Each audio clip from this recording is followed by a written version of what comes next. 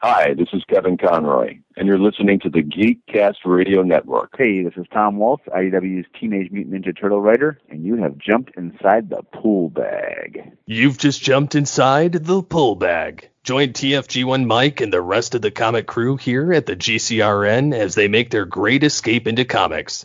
From DC, Marvel, and Image to IDW, Boom Studios, and Zenescope, we have everything right here.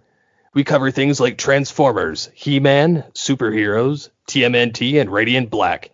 Yeah, we have all that and so much more.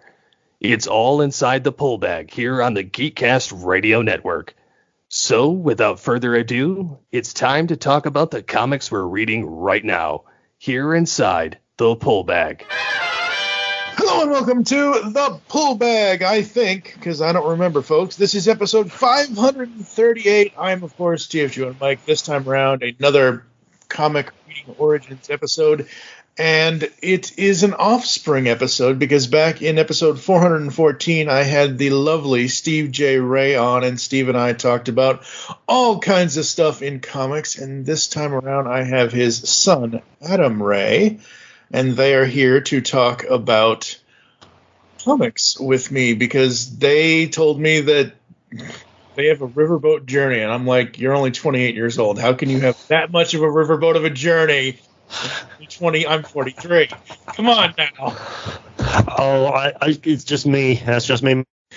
I like to talk.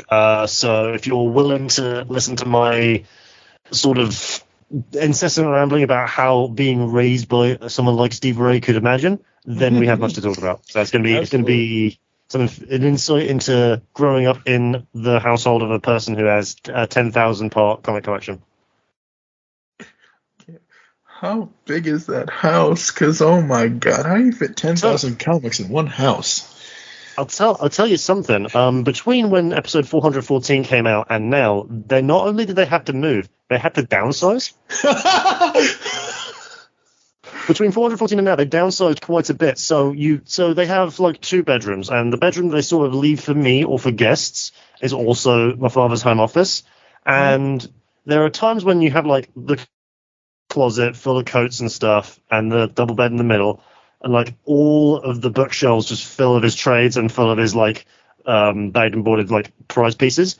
But then you could build like a fort, like a castle, out of all of those bright, shiny white long boxes. And then right pride of place on the top, he has this Dark Knights Metal art short box, which has the entire Dark Knights Metal run in it. So yeah, the collection is immense, and I know she would never listen to something like this. But a big shout out to my mother for living with that for 30 plus years.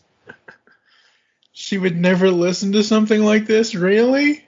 I wish. It breaks my heart, but like as my father sort of said, Maylaid sort of in his earlier episode, she's just like, yeah, I get that people like comics, but how can people talk about comics for over an hour? I was like, mother, your TV tastes are questionable, but I'll admit she's a genius in her own right, and there are things that we can talk about, which is why I never want to beat up or talk badly about people's interests, even if they don't necessarily line up with mine or my father's. Okay. Now, folks, I'm not trying to turn this into a family affair, but I now need to create a 30-question format for television shows just so I can have his mother on the podcast to ask her about her questionable TV choices. Oh, so, you know, you get that, and you get like sort of like home economics and like intense cooking theory questions. My mother could talk your ear off, I guarantee it. Absolutely, that is so cool. Oh, I mean, it's like, but moms are supposed to support their children. It's only an hour podcast. It's not gonna like. I'm sure she will support me, and she's been very understanding of all of the writing I've done in and around comics and all of the writing for fiction that I've done in just many circles. So I'm very grateful to have her backing for it. But she's one of these people who would live in one of those Scandinavian houses where it's all minimalist, glass and white surfaces ever, no knickknacks, no action figures mint in box, not a single long box in sight. She's very minimalist and very, very clean, very clean. I see. All right, so Adam writes for Dark Knight News, and besides the fact that I had his father on the show, right after that happened, I started reading the Batman White Knight reviews Adam was writing up for that website, and I was like, okay, he's got a story. Like, I agreed with almost every one of your opinions on the was it Beyond the, yeah, when you were writing Beyond the White Knight, because damn, that third chapter, that 8 issues wasn't enough for me. I need more.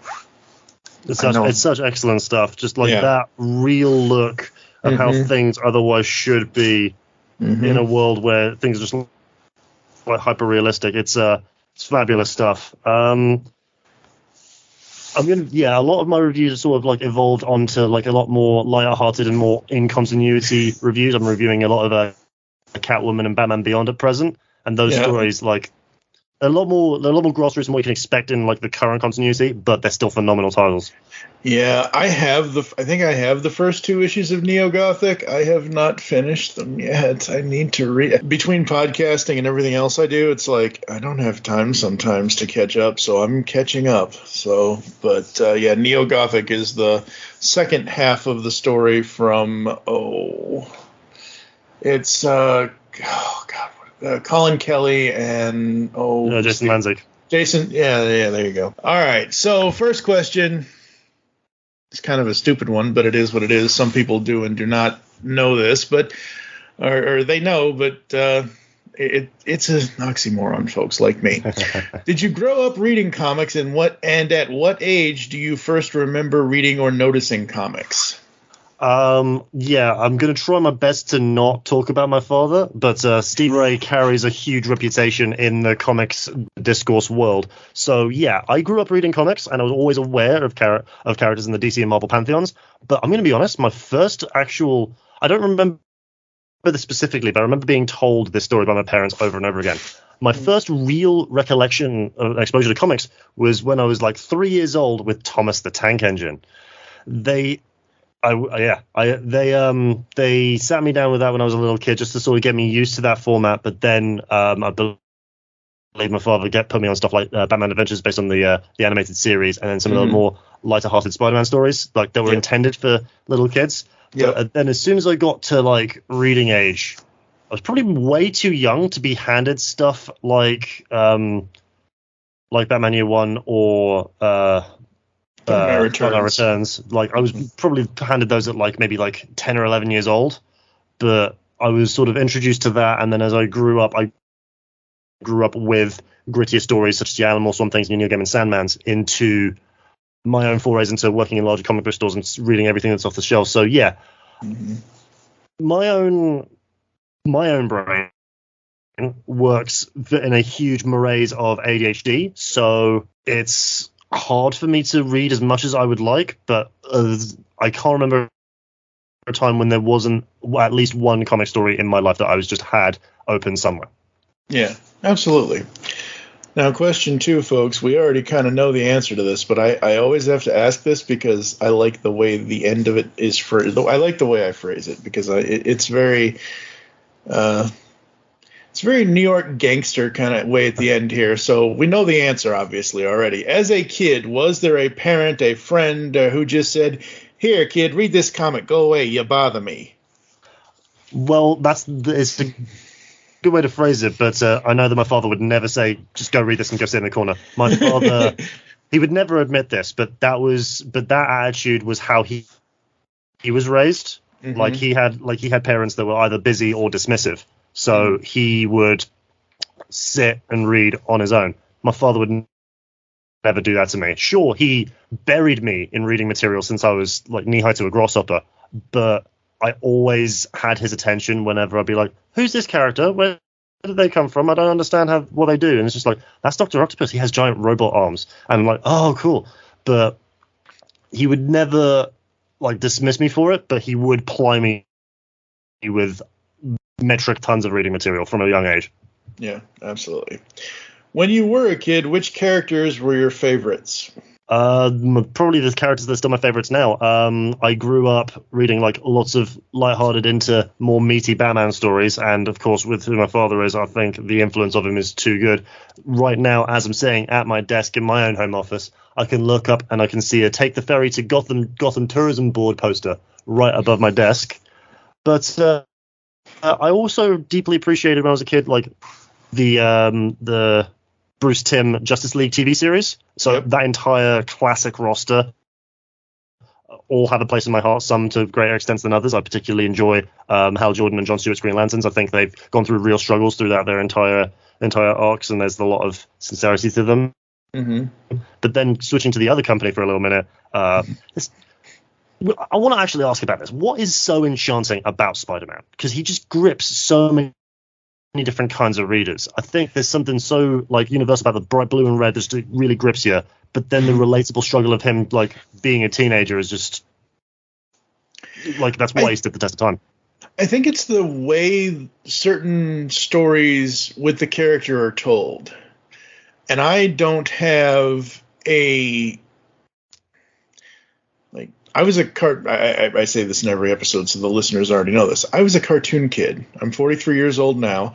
I was a cartoon kid in the 80s. I watched cartoons. I think I maybe picked up one issue or whatever of Dark Knight Returns or Batman Year. Like I was not like I remember like being scarred by a Batman comic as a young like what this is too dark. This is not the Scooby and Batman hour here. This is like, oh my God. So for Spider-Man, I think what it is it's not just that he's, you know, the every character. He's not just the everyday character. He's not just the kid that got the powers, and it's more about who's writing him, what story they're telling, and how compelling the story is. Because certain people get attached to it. Look, we know Marvel does the same thing over and over and over again. They go back to the origin. They go back to the spider bite. They go back to this, that, and the other thing. But let me tell you, 10 years ago when we started this podcast, we started with Superior Spider-Man because I was like, no, we started with the end of Dan Slott's run, 698 to 700. And then we went to Superior Spider-Man because at that point in time, I was like, okay, I know the Spider-Man story. I know Peter's origin story. I need something different. Oh, they gave us something different, all right. I mean, Doc Ock is Spidey. I mean, that's just ingenious. It was such an ambitious thing to do, just to sort of show that the hero's nature can still be anyone, and someone as vile as Dr. Octopus can be redeemed. Yep. Really ambitious stuff. But I think it came at the right time and it was handled by the right creators. I know so many others. I can think of so many other times when a story like that could be told, but I think another group might have just butchered it or it wouldn't have made sense. So it came perfectly so that it just really captured a lot of readers and just really reinvented the character at the right time it needed it. 100%. And I think the reason why why everyone loves the character so much is because he always has that thing of whatever it takes. Yeah. Like, I'm going to face this adversity. The hero spirit. Yeah, the hero spirit. I'm going to face this adversity and conquer it. Sometimes I won't conquer it. There are going to be plenty of, but he doesn't win every fight against the Green Goblin or the Hobgoblin or whatever. He doesn't win every fight against Doc Ock. He doesn't win every fight against Hydro Man, all that. But I think that's what, between him and Grayson, between Spider-Man and Nightwing, they are Batman is the legend. The X-Men in their own right, but as a group, are kind of like the legends to live up to. Captain America is take Captain America and Batman for a single hero, Free the Company. They're the legends to live up to. You don't really I've never seen myself as Bruce Wayne or Batman. Never. I've always seen myself as in Dick Grayson's shoes and doing the more everyday stuff. Or even though I don't have spider powers, that would make life a lot easier if I did, but I don't. I know, right? So good. Yeah. It's so good. So, but yeah, I think that's what it is. It's just the everydayness of it. Even though he has superpowers, it isn't about the superpowers. It's like those are I always say to people right now, AI is evil. All it should be used for is a tool. You should not rely on it. It's not going to be trustworthy in the future. If every movie I've ever seen about AI is true, It's so true because I read news stories, even some reviews for trades and like collected anthologies and stuff, and there are times where like it's been edited by a person, so it still reads mostly real, but you can tell that some of it is AI, not our sites, not anything I write for, of course, but it does. I'm not scared of it, but it is scary. But then again, that's why we read comic books, though, right? We've got characters like Ultron to like be scared of in terms of AI and like cybernetics. Yeah. Don't get any ideas, Elon Musk. Oh Lord. But yeah, I was always aware of like your archetypal, like true resolute heroes. Like Batman's someone that a lot of people can aspire to, but let's be honest, he's like fundamentally scarred. But so is Nightwing, but he has that heroic spirit that he grew himself without Batman's mentorship. So like I agree completely. Yeah. Those two characters so strongly have that hero spirit despite all the bad stuff they've been through. Yeah. I don't know if you'll remember this, and the only reason why I remember this is because I'm crazy. The end of the New 52 run, the end of Kyle Higgins' run, the very before it got to, I think it was issue 29. It wasn't issue 30. It was issue 29.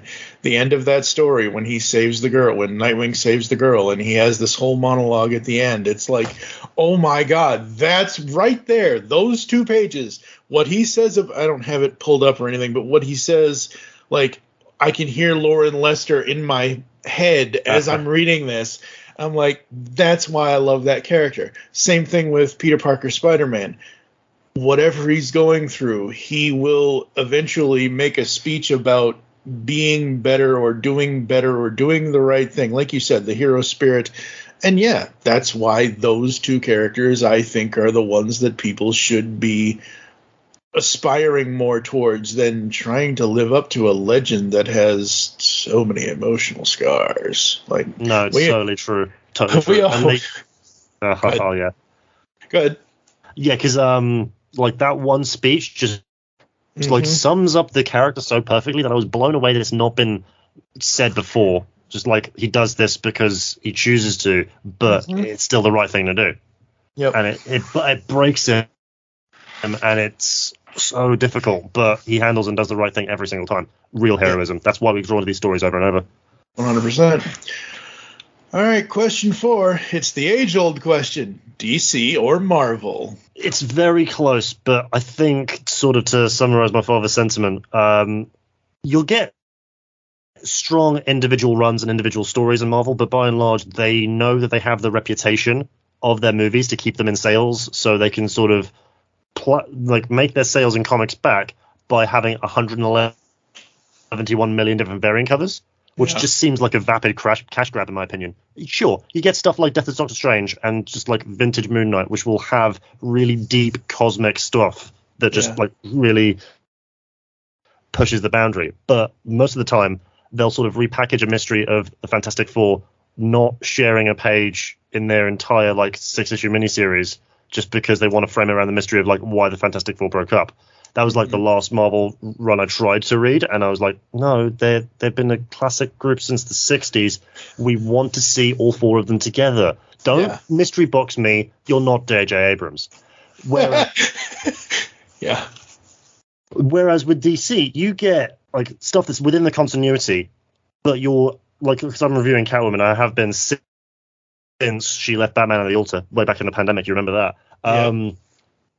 But it's just been such a real psychological sort of case study for this character. I want to try and get like the moniker of DC's greatest thief just sort of over for Catwoman, because that's something that she deserves, like World's Greatest Detective or like World's Greatest Archer or something like that. Yep. But it's been such a sincere character study that you can really feel that she's been through emotional turmoil and she had to make the harrowing decision of leaving Batman because Gotham City would be better. Sure, he's gone off the rails and like sat in the chair and like had this fever trip that all of the Dick Bank stuff was real. That's up to him. But you get heart and just real emotional stakes consistently with DC. Well, Marvel hits on that majority of the time. In terms of like the depth of the characters and such, you have some of the greatest rogues galleries in DC, specifically against Batman and then specifically against Spider-Man. But it's hard to take some of the heroes seriously in Marvel because they've just been flipping in and out of the Avengers consistently. There's no... I love them both for very different reasons, but I'd have to put DC just a little bit ahead if you have to put me on the spot. Yeah, 100%. I mean, Marvel's great. They are. And they we've done a lot of really awesome Marvel coverage from many of the Marvel we've done Hulk, we've done all kinds of Spider-Man stuff in the last 10 years on the podcast. We've done some Captain America stuff. We did House and Powers of X, which that was amazing. But Marvel is with the comic side of it, like you're saying, for me and probably for you, it's in spurts. There may be a series or a run, but there isn't something that started in 1975 going up to 2025 that you've read for that whole, you know what I mean? There isn't one story, one whole thing. And then we get into the whole point of both of them. Oh, look, we need new number one money. Reboot. That's just the nature of No, I know it is. The stories itself. These characters have been around since the 80s, so you got to justify why they're not geriatrics trying to fight. And it's just if you're getting tired, you need to reset time. But then I think the way that you handle time reboots is a big step of it as well. It feels like another grandiose sort of Fate of the Multiverse, crisis of various crises. It can get sort of stuffy and grandiose. You can be sensible with those reboots, and I think DC have handled them a little bit better than Marvel have. Yeah, absolutely. And then you get somebody like Sean Gordon Murphy, and just okay, I'm gonna do my thing, and I'm like, okay, go ahead. We've covered everything up to Von Freeze. We haven't gotten to... I've read all of it, but we haven't actually covered it more on the podcast. But yeah, man, that Beyond the White Knight. Oh boy, his Batman Beyond. Damn.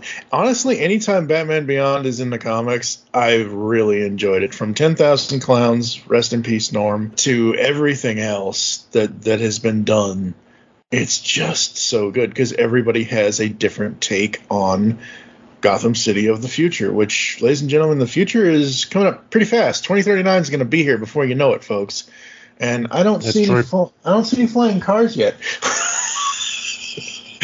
The trouble with flying cars is they wouldn't really work. If we want to fly, we just take airplanes. The real tech that's going to convey us quickly is because Tesla and all of those companies, they have real plans to get us on Mars by 2050. And if I'm not getting a coach ticket, then what's the point? Yeah, exactly. So what other publishers do you enjoy reading? I honestly, this is going to be a big insight into terms of what I read these days. Mm-hmm. I read very, very little Marvel and DC, to be perfectly honest. I will pick up the weird fringe fantasy and speculative science fiction stuff. You got Boom doing amazing stuff right now, really weird stuff. I had to walk past the trades for Cities of Magic when I was at Thought Bubble a few days ago. It was one of the hardest things I ever had to do. But also to look out to the east, I read quite a fair bit of well-made manga from the weird wizards at Shonen Jump. I try to read broadly and read loudly. It's I still have strong love and appreciation for the superhero genre, and I'll read good stuff either for your reviews or because I love the characters. But the stuff that I'm reading for me is weird fantasy and sci-fi stuff. Very cool. I will make a suggestion. This will be good. Image Comics, the Massive Verse, Radiant Black, Radiant Red, Radiant Pink, the stuff that Kyle Higgins and his team are doing. Mr. Science Fantasy, or sci-fi fan, you would like that, I think, a lot. I've heard really good stuff about it. Yeah, I've heard really good stuff about it, so it might be worth my checking in. Yeah, I think you would. Start with Radiant Black. Start at the beginning. I think there are 4 trades currently. I think the 5th one's coming out. But yeah, no, I love those stories from them. Print or digital? Which one? Both? Either or? And why or why not? When you read comics.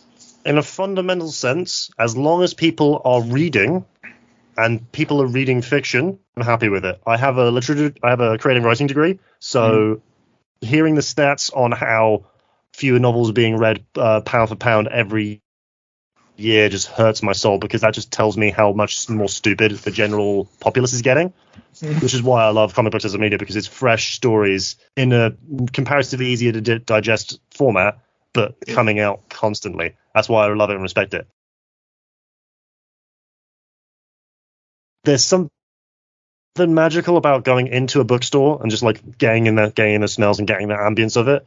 But I think as long as it doesn't melt your eyes with like the consistent looking at screens that we do in our day and age and at our time to times, it's as long as you're reading something, I fully support it. I know you're a big believer in going digital, which I also totally respect. It's a lot easier, and you can get a huge collection down without like filling up your house to make a fort out of long boxes.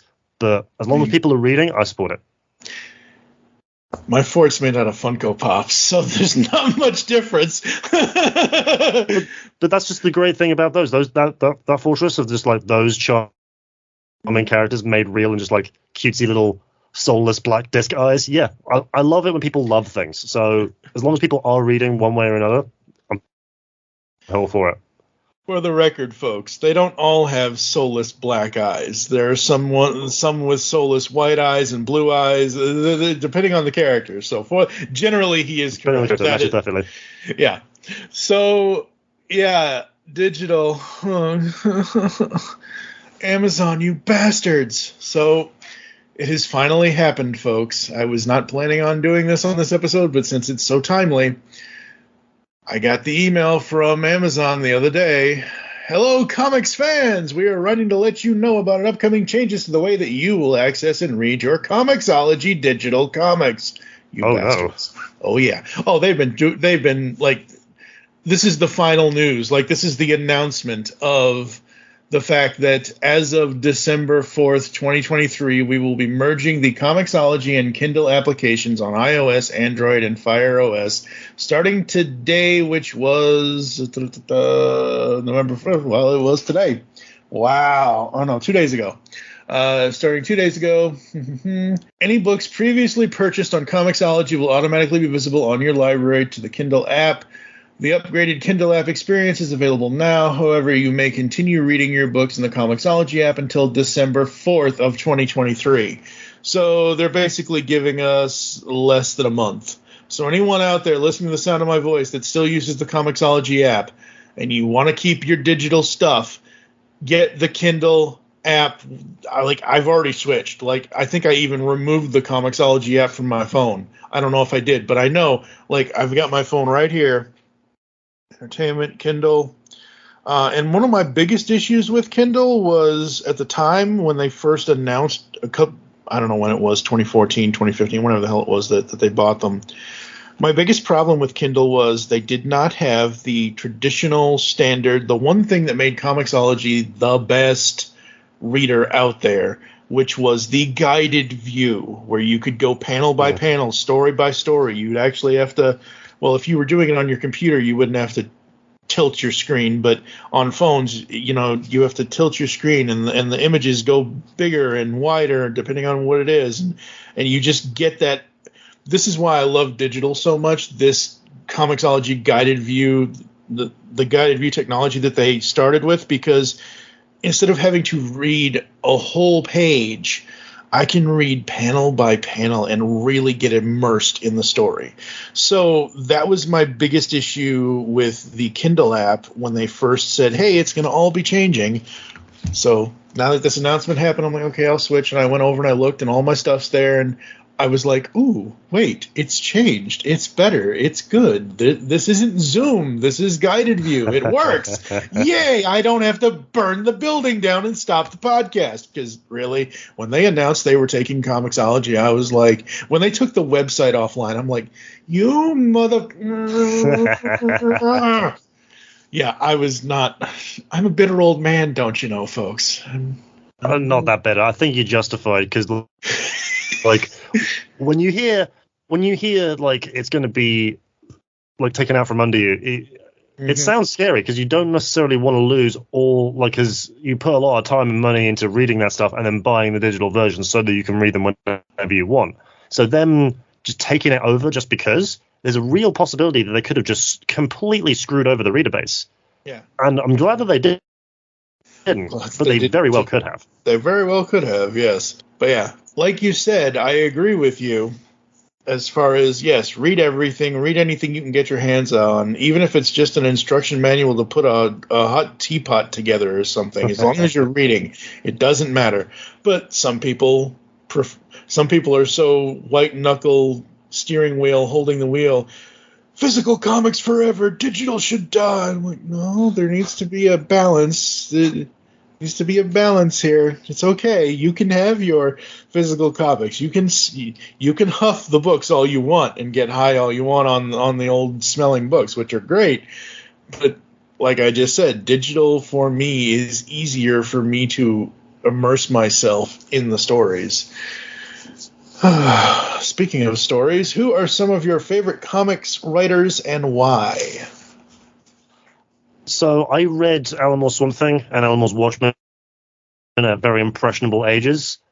That sort of set my tone not only as a comic book reader, but as a human navigating this unfair and kind of crap world. It's not comic book storytelling, it's art, it's philosophy. I think a lot of, especially of Watchmen, I think a lot of it sort of informs my like love but sort of acceptance of the superhero genre. You really got to suspend your disbelief a bit, for me at least, for superheroes to make sense in a world like ours, because there's very little stopping them from becoming like tyrannical psychos that will just take over because they have godlike power and no one can go and can mess with them. Yep. That's why I love the classic Alan Moore, but also more recent Miracle Man stuff, because that is a vision of superheroes who admit, yeah, humans suck, you don't know what you're doing, we'll take over, we'll step in. And the troubled nature of trying to handle that in their own world. At the exact same time, Neil Gaiman's sort of done wonderful things in the wider world of like fiction of all flavors, and like fictionalizing history and mythology through his Norse myth books. But like Sandman was the exact palate cleanser I needed, because my father flung all that mountain of books, because he had all of the singles for both stories. He flung those at me when I was like 13, 14. Yeah. And that sort of informed my decisions then. But then when I look back to some of the classic stories, of course, Denny O'Neil did wonderful things to make Batman what he is today. You look at the ambitious and wild things for artwork and for writing that Christian Ward's doing for either the classic like Aquaman or the weird cosmic trippy stuff akin to your H.P. Lovecraft's in his current Batman story. There's a lot of stories, a lot of writers I really appreciate, but also looking east, probably one of my favorite manga series, which I highly recommend, is probably Chainsaw Man by Tatsuki Fujimoto. He's again, it's a world populated by devils, but it's sort of a metaphor for like oppression and degradation and injustices. But it's almost a reimagining of the superhero genre, but not really. I'm getting ahead of myself because I know what the questions are going to be. Like I said, I appreciate the show. I make podcasts myself. I like it when someone does it well. Yeah, he handles cosmic, trippy, heaven, hell style stories in the same energy of like light-hearted, like quippy stuff, but also like emotionally raw stories. So it's the one story I'm going to try and persuade my father to try and pick up, because I know he doesn't go for manga, but that might be one story. If he does appreciate it, then I've done my job. But I'm not holding my breath either way. But good stories are hard to find, which is why they must be held onto. What defines a good story to you, Adam? Ooh, it's funny you should ask that. I wonder. One word: characters. You can dress up the world to be as fantastical or weird or out there as you want. You can set it in a hyper realistic, grungy look of how things are in truth. But if you don't care about the people that are living these day-to-day stories, then why bother reading? You really have to just understand their struggles, understand what they want, understand why they're doing what they're doing. And if those questions are like wavered on and not consistently held up to, then you really lose any reader. And that's another thing of why I still rate DC so high, because even though you have godlike characters like Superman, to a lesser extent Aquaman, you have a real sense that even though they have lofty, grand responsibilities, they still do their best to like be true to themselves and never let the struggles of superheroics just really beat them down. It's no matter how many. Keep it balanced. Yeah, it's hard to keep a balance and everything, but they do keep a balance. Specifically to Superman, he can fight Lex, he can fight Brainiac, he can fight Darkseid all day.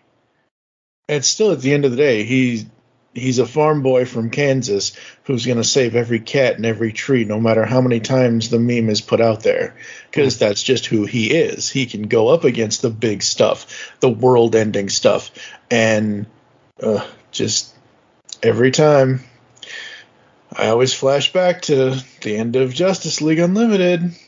Oh yeah. No, Darkseid. You still try to fight.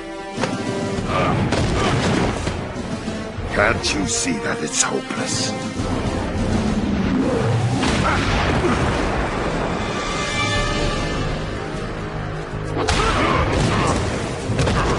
That man won't quit as long as he can still draw a breath. None of my teammates will. Me? I've got a different problem.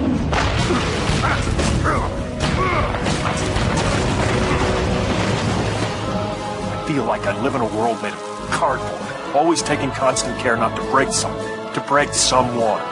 Never allowing myself to lose control, even for a moment, or someone could die.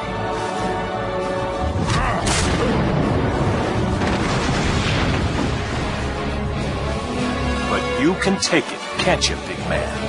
What we have here is a rare opportunity for me to cut loose and show you just how powerful I really am.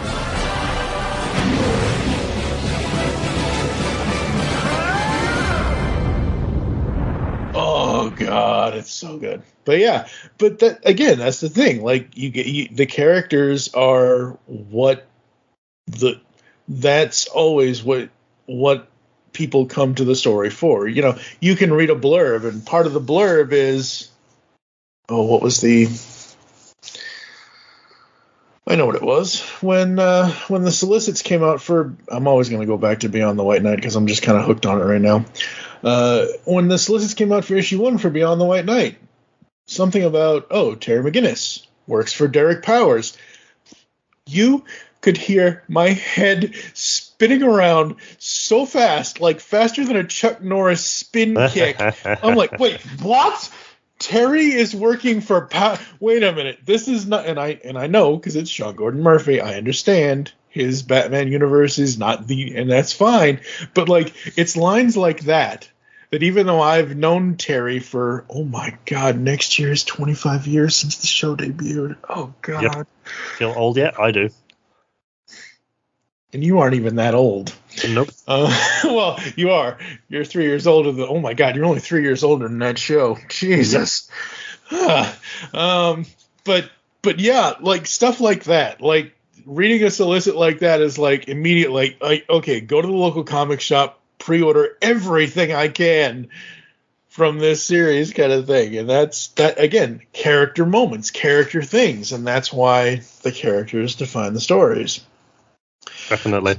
So you go into one of your local comic shops. What does a story have to draw you in? You see something on the shelf, and you're like, oh, this cover or that cover. Once you get it home and you read the first issue, specifically the number 1 issue, what does that number 1 have to keep you reading past the first issue?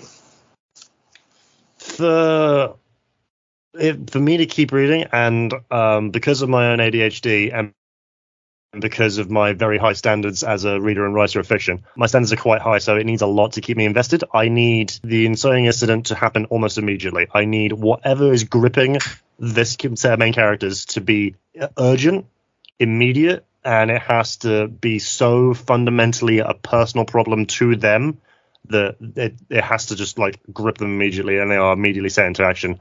I think a lot of my own personal problems with like weeklies or monthlies is that sure, the issue is there, but they have to still drag that out in terms of like they're aware of the problem that they need to face, but it's going to take them a while before they even get close to that. I think one of the few times that's been done well is Dan Jurgens' run of the actual like in canon Batman Beyond stuff, because there was always like Monster of the Week sort of like over like 3 or 4 issues each to his run, but then he'd cycle through them and stuff. But there would always be breadcrumbs of the next monster creeping into the last one, so you never lose any like tempo. You never lose any sense that there's going to be some sort of threat that he has to deal with. At the same time, if there's not necessarily like a super strong like problem that they got to sort out, then if the characters are compelling enough so that they have lives that are interesting and rich and deep, that they sort of create problems just by existing, then that can still be pretty interesting and stuff. That's sort of a trope a lot for like Eastern storytelling for some of the manga that I read. But it's very hard to keep that interesting, but it can be effective when it's mixed up. Yeah, absolutely. And that's why I don't mind waiting for the trade. Look, I don't mind supporting the comics on a monthly basis, but reading comics monthly is just like torture for me, because I want the whole, like, this whole thing now, and this has been going on for years, but when I first got Netflix streaming back in 2010, 2011, whatever, they gave you everything all at once, and like, here you go. You can do whatever you want with this. Here's all 13 episodes, or however many episodes it's supposed to be, whatever it is. Here's everything. Boom, binge if you want. Like, I am a binger on almost every piece of content that I consume, and I hate waiting. I don't mind waiting for the trade. Like, if I'm not getting, like, Neo-Gothic, like, I haven't read the first 2 issues yet. Am I going to? Yes, probably, because we'll probably end up doing episodes here on the show about it in single issue form. But if I was, like, really going to be a stickler and waiting for that trade, I would never open those books until and I'm perfectly fine, because I haven't got sucked into the story yet. If I get sucked into the story and then I have to wait a month, or if something happens, like, you know, production shuts down or whatever, you know, something stupid happens and the book is delayed 6 months, it's like, oh God, give it to me. I know, I get it, production is delayed, that sucks, but like, damn it. So that's where my whole, I don't know if I have ADHD. I know I have ADD, so they're, but it's just like, oh my God. But yeah, no, I'm perfectly fine waiting for the trade if I haven't already started reading the story. Honestly, I'm the exact same. Like, streaming's really killed it for people with bad attention spans, because why would you want to wait weekly for the next episode of your favorite show? I want to watch it now.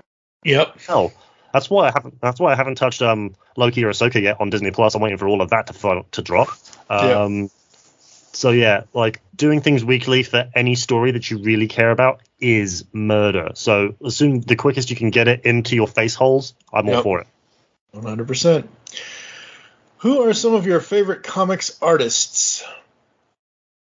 Some of my favorite comics artists are the ones who, like, it works for the stories that they're telling, but they just make genuinely beautiful art. It's fairly generic to say Alex Ross at this point, but to do oils of hyper-realistic quality for some of my favorite characters, it's just truly wonderful stuff. But in terms of someone who's working a lot more prolifically now, I've had the pleasure of having a few good conversations with Christian Ward, another fellow English creator and just a very nice man. But some of the color work and some of the, like, existential trippy nature, I like a lot of very out there artwork. I think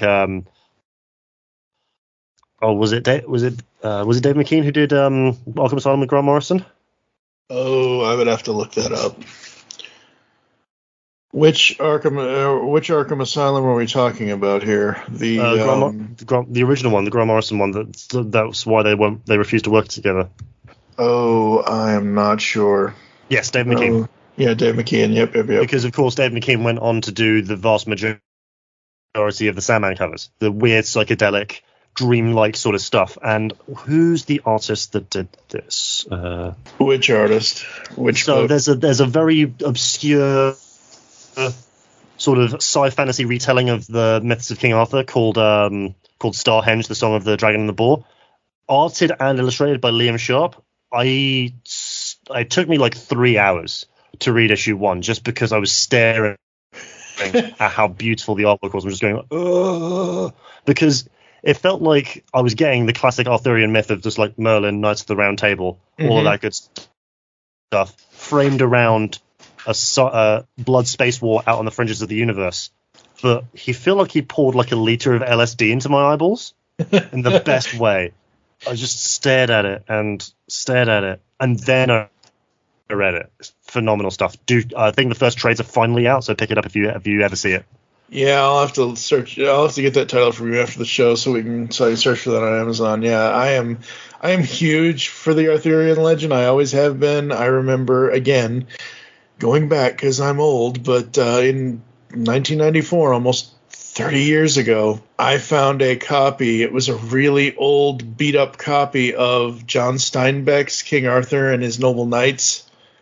And oh my God, just the way that he wrote that, I mean, just so damn good. I actually have I bought it a couple of years ago now. I have a fresh copy of it, and I need to go back and reread that. But I've always loved Arthur, Merlin, even Morgana and all that. Just the whole thing. Just absolutely love it. Of course, one of my favorite Disney movies is The Sword and the Stone. Well, so I love all of those myths, then do definitely read Stonehenge, because it is that myth like you've never even read it. I assume like Camelot 3000 did a lot of good like cosmic future fantasy stuff for that legend, but this is something else. This is something else. You will love it, I promise you. If you love the legends, you will love this. I promise you that.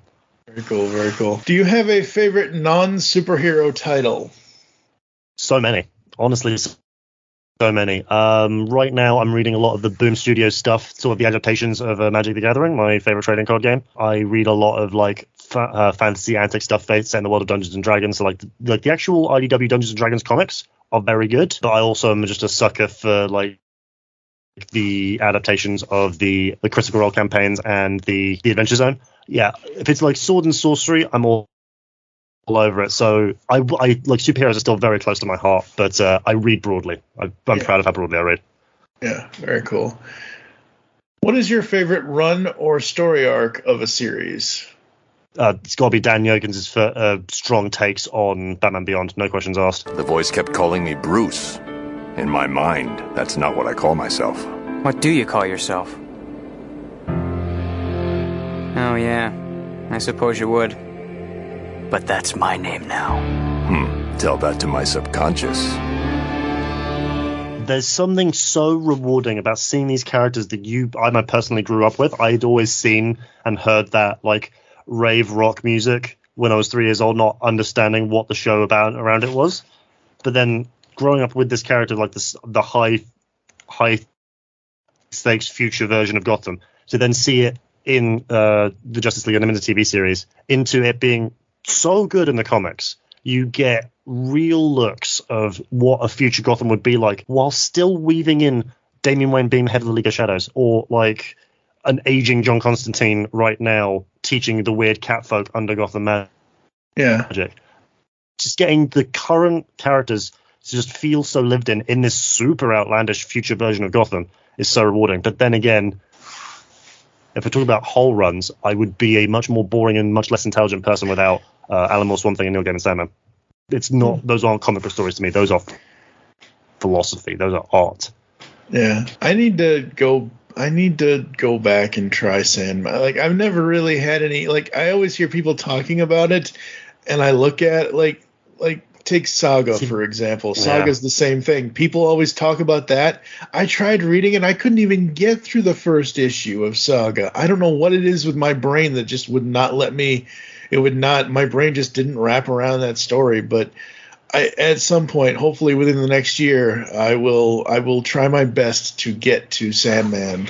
I will admit it is very, very dense. Like, the psychedelic artwork is not for everyone, and like the weight of some of the storylines are very dense. But if you can stick through it, it will break your heart in a way that you'll be thankful for. That's the best way I can say it. Yeah, absolutely. And Dan's run on Batman Beyond and I'm just looking at the trades here, from Escaping the Grave, Rise of the Demon, The Long Payback, Target Batman, The Final Joke, Divide, Conquer, and Kill, First Flight, and The Eradication Agenda. In those 8 volumes and all those issues he wrote, that story was just, oh man. Feels like he was on that title for like 1,000 years, but 2016 is when it started. Yeah. I mean, that's an eternity in this business. That's an eternity to write for one character. But the consistency with which he gave out that character, and just the understanding that he had of the wider DC universe to be able to weave them in while still telling a sincere future Gotham story. He was kind of flexing. He was kind of showing off, but I can respect it when it's done well. Yep. People are allowed to toot their own bugles about how good they are when they are actually that good at something. 100%. And what's so funny is the final trade for Batman Beyond 2016, Volume 8, The Eradication Agenda, just came out 2 years ago in 2021. With it finished off issues 43 to 50. So he wrote 50 issues of Batman Beyond, and my buddy JT and I covered all of this because JT is kind of my Batman Beyond buddy. That we cover all the Batman stuff except for the Sean Gordon stuff. I had other people for that, which I now have to find somebody else for because of real life stuff. But it is what it is. But the Dan Jurgens run, man, it was and will always be so good. And that's what I love about people coming to Batman Beyond in comics, even whether it's in the main core continuity of DC, whatever they're currently doing, or if it stands out. I've always felt that it stands out than it is tied to like New 52 or whatever the hell. Definitely. Kyle Higgins, like I mentioned earlier, Adam Beecham and Norm Brayfogle when they did the 10,000 Clowns, and then Kyle came in and did his thing and all that, and we had Dan, and now we have Colin and Jackson and everybody. It's just, I mean, for almost 25 years, folks, Batman Beyond was a 3-season animated series, and for almost 25 years, we've had pretty damn amazing comics making new stories in that universe, which are so great. They are so great. And the amazing thing is, because of like the nature of Batman Beyond, because they started that concept in the animated series, like from the ground up. If it was done by any other creative team, like it could have been like bizarre at best, or just like forgotten about at worst. Yep. But I trust Bruce Timm to make superhero TV about any team. Honestly, any team. Like, because he did that. He did the original Batman the animated series. He did Justice League. Those characters are so true to form that it's honestly in places as good, if not better, than some of the stories that like define them in the comics. Yeah, 100%. What is a comic you can read over and over again, single issue or trade? I try to read Watchmen at least once a year just to keep myself grounded and angry at the world. I was actually given a first edition trade paperback of it by my father back when it was first collected, and it was so incredibly beat up that I feel scared to read it. I read it with those white gloves like people in museums that handle like historical documents. I just try very gently to sort of like just peel the page over because I don't want to like desecrate it any further. Because I read it properly. I read all of the excerpts of the Under the Hood novels, and I read the pirate comics, and I read the psychology reports from the doctor that tried to deal with Rorschach. Because Alan Moore, man, he has no business being like so deep in a world that he has every intention of just destroying, but also looking a lot like Rasputin. The dude's an evil genius, and like some of his, because he's turned to writing novels these days, and some of his novels are equally just as heartbreaking and unexpected. So I could read that forever. I could also read certain excerpts of his Swamp Thing forever. There's specific stories from, I don't remember the exact number of it, but there was one Red Hood Outlaw issue where he had broken off from the other outlaws and he was like on his vendetta on his own, pushed away all his friends, pushed away any influences he had, just doing this himself. Bruce Wayne catches up to him and lets him know that Arsenal passed, and the emotion of that loss just felt so real to me. Like when you get a single moment of just humanity between two characters, that really sticks with you. Yep. Power Absolutely VC. it does. Yeah. And especially with Bruce, because usually Bruce moments are, no matter what other characters in the scene, he always finds a way to just, hit you right in the throat with whatever emotion he's going to make you feel, kind of thing. And only because, not because we were going to record this, but because of something else, I had recorded a separate episode we were doing. I think it should be out no, it's not out yet. It's coming out the end of the month, in November 30th. My buddy, who is not, well, I'd like to consider your dad my buddy, but no, I have too many Steves in my life. My buddy Steve Megatron, he and I did a 30th anniversary episode for Mask of the Phantasm, and in that he asked me, doesn't the Phantasm show up later in the shows? And I said, I think she does, but I don't remember. Well, yeah. Yes, she. Yes, but actually no. That's the definition to sum it up. Yeah, she does, because, like I said, I went back and I'm like, oh right, epilogue, because Amanda Waller tried to kind of have her kill Terry's parents, and like Amanda Waller doing Amanda Waller things. It is. Hey, as long as it's CCH Pounder, that's all I care about. That, like, seriously, she isn't for. There's no. Oh man, I'm not mad. I just don't know what to do with it. So as of this recording, Marvel released the Madam Web trailer, and I was like, what? What is this? What do I do with it? I don't get this. Like, what are you doing? I haven't heard about this either. Really? You haven't heard about this? Oh my god! I will send it. They're doing a Madam Web movie. Why? I don't know. Are they that out of ideas? Probably. I don't know. It's killing me. I saw the trailer yesterday, whenever, and I'm over here thinking to myself, there has only ever been one Madam Web in visual, not comics, in television, cartoon, film, whatever. Be quiet. He is using his head at long last, something you may never learn to do. And that was at the end of Spider-Man the Animated Series, when Stan's wife, Joan, played the voice of the character throughout Spider-Man, and then at the very end, Stan himself shows up. Sure. All that. It's like, and then I look at this and I'm like, what the are you doing, Marvel?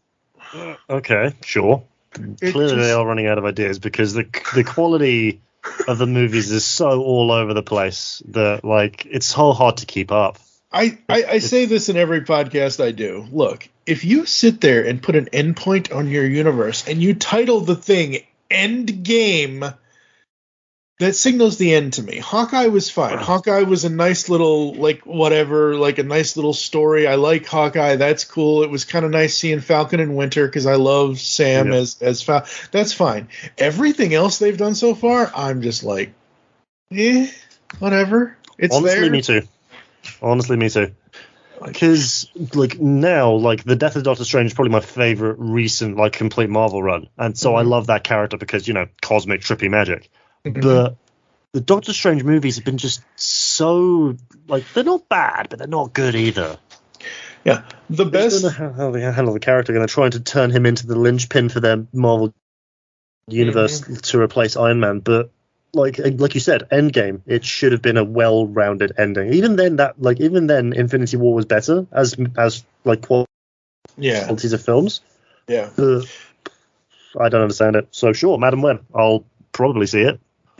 I probably won't. I refuse. Oh no.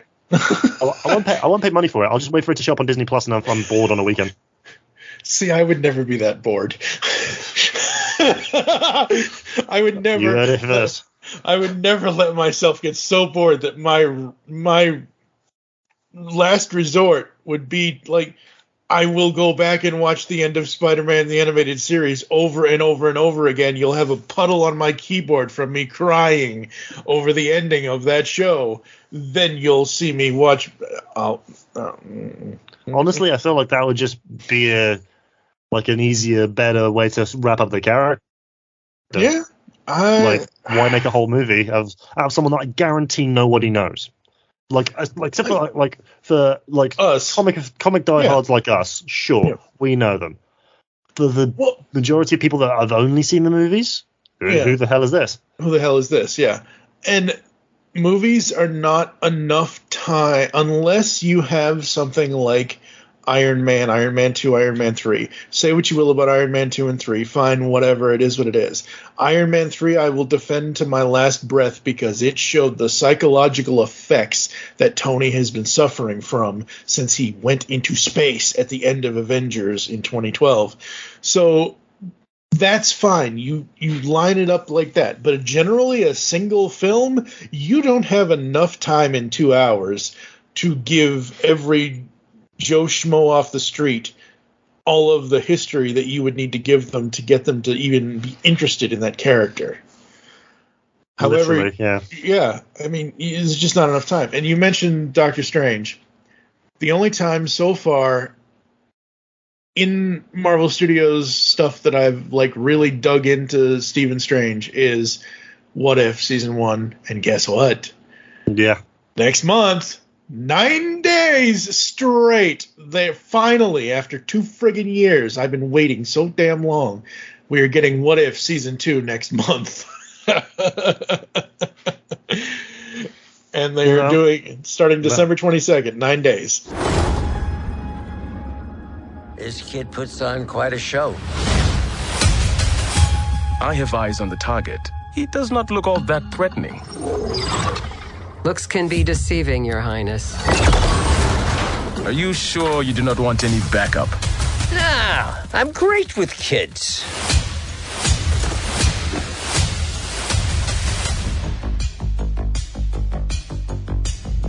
You thought the story was over. But it was only just beginning.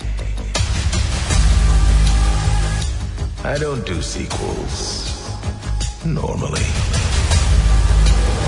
But things have gotten a little twisted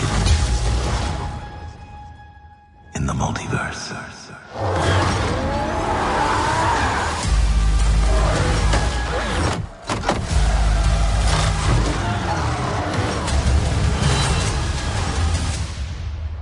Who is this handsome dog?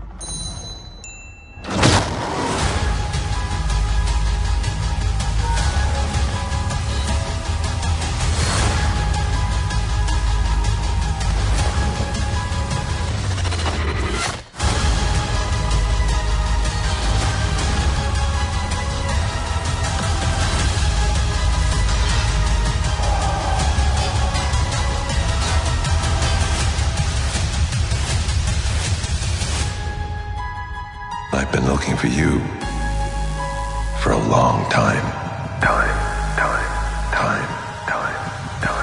Just be careful. I don't think I can bear to narrate what might happen next.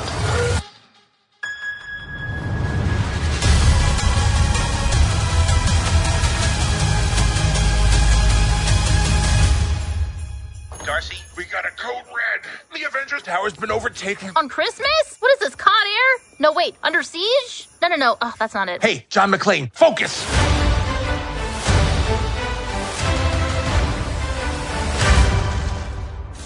Yeah, that was actually good stuff. They They 100%. didn't have to care about studio execs. They didn't have to care about following continuity. They just told some random stuff that accidentally tied all together really well. That was good stuff. If they can keep any future drops like that, that's why I'm okay with Loki. For the majority of it, it's so hard to care when it's that all over the place. 100%. Are there any comics in the past or currently that you wish you had not read them? Like, oh my god, what did I just waste my time doing? See, now, when I listened to my father's episode and a couple other episodes of your show, when this question got asked, I had to really search my soul for an answer, because I've been fortunate that my father's only fed me good stuff. But I can think of one thing that I like. I don't mind that I read it. It's added to my understanding of the character, but it's the most bizarre stuff that I've ever read. And my father, who I know will listen to this, knows exactly what I'm talking about. So normally when something I love, DC, and a storytelling media I love, manga, comes together, that's usually a recipe for success, something that I would appreciate. My father's in a privileged position that he gets sent physical copies of either trades or independent hardbacks that he gets sent to review for either Dark Knight News, DC Comics News, or our website, Fantastic Universes. We were sent Superman versus Meshi. It was a Superman DC licensed manga where the entire plot line is Superman flying out to Japan and losing his mind about how good Japanese food is. That's it. That's the story. Oh my... What? My father got about 10 pages into it and was like, no, I can't do this, and gave it to me to review. I read it cover to cover and wrote as positive as a review as I possibly could, and you can find that on my website, Fantastic Universes, right now, because it just baffles me. There was so much baked into it that could have been fascinating. We have like art styles that are clearly homaging / ripping off every movie under the sun. Like, there's a brief cameo of Steppenwolf that looks just like how he is in the movies. We see icons of, like, it's very, very clearly bit modeled on a Christopher Reeve Superman, and we get certain images of like Batman from the Christopher Nolan movies. Yeah. That I love. That just brings in all kinds of readers. I'm okay with that. We get some really interesting like characterizations of the Justice League. Batman's this hard ass who actually calls all the shots. Wonder Woman's there as a sort of sympathetic character. Green Lantern's missing in action. A Hal Jordan type is missing in action. Is he like has he become parallax? Is he lost in space? We don't know. But none of those questions are answered because the majority of the runtime is Superman loving tempura so much that his heat vision goes off and he can't control his powers. And here's the worst part. It's 8 chapters, right? Volume 2 is coming very soon. Oh, no. Oh, yeah. Oh, no. So I don't hate that I read it. I'm glad that I read it just for my own morbid curiosity. But if Jim Carrey in Eternal Sunshine of Spotless Mind wanted to like zap that out of my brain, I'd be okay with forgetting it. Oh, my God. I'm fortunate that everything else I've read has been either okay to good, but there's nothing that confuses me more than Superman loving udon noodles. Because there's moments, right, where he flies Batman out to these restaurants, and Batman's like, the soy sauce is dark like I am. I love this. And like he takes Aquaman to like one of those conveyor belt sushi restaurants, and Aquaman's using his trident to get plates off of the conveyor belt, and I'm like, dude, no, he's meant to be fighting Black Manta with that trident. Don't do my boy dirty like this. Bizarre. So bizarre. Oh my God.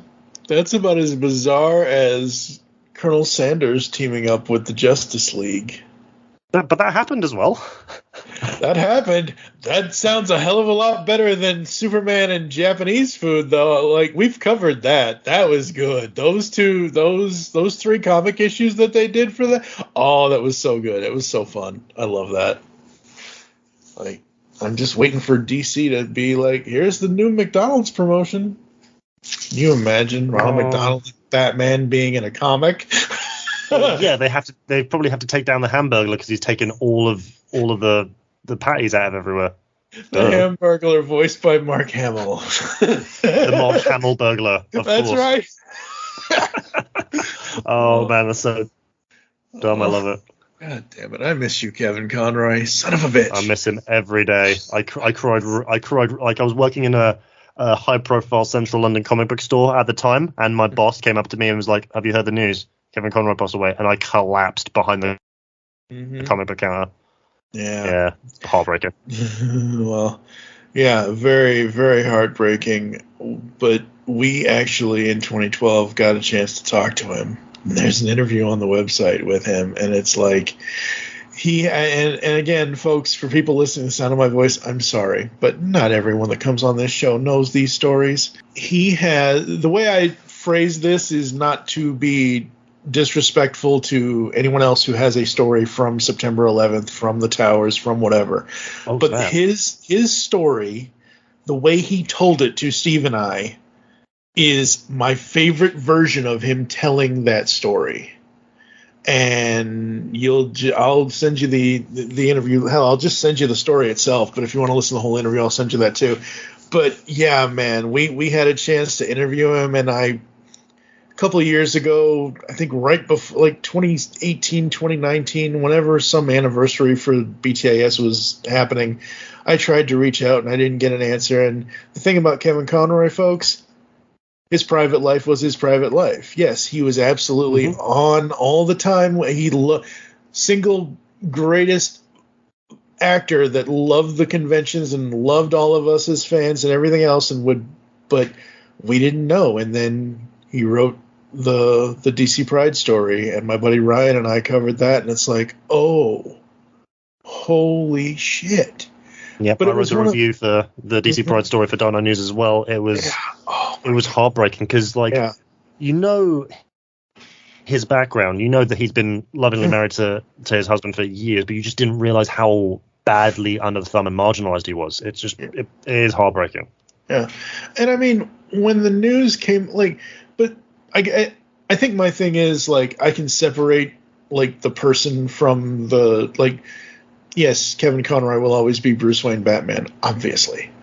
But I didn't need to know everything about the man's personal life. I just needed to know that voice is always going to be, you know what I mean? I don't need, take your favorite artist or your favorite song or your favorite whatever. Okay, they're giving me this thing in media. I love this. This is great. I don't need to know I don't know that person personally. I know them through the work that they've given me, kind of thing. And I don't want to dig into people's personal lives. I'm not a media journo that wants to just get all the dirt. This isn't a tabloid, folks.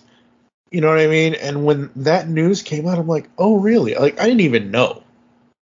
Because, and I don't want this to sound horrible, but I didn't care because it was none of my business to know. That's a good way to sort of think about it. I think in my mind, hearing all of that, my heart broke for him, but that just made me appreciate him a little bit more. Yeah, 100%. We didn't need to know all that. It is heavy news to hear. Yeah. But the fact that he still gave his career-defining performance, his character-defining performance, whilst going through all of that, just endless respect, which makes me miss him even more. Yeah, 100%.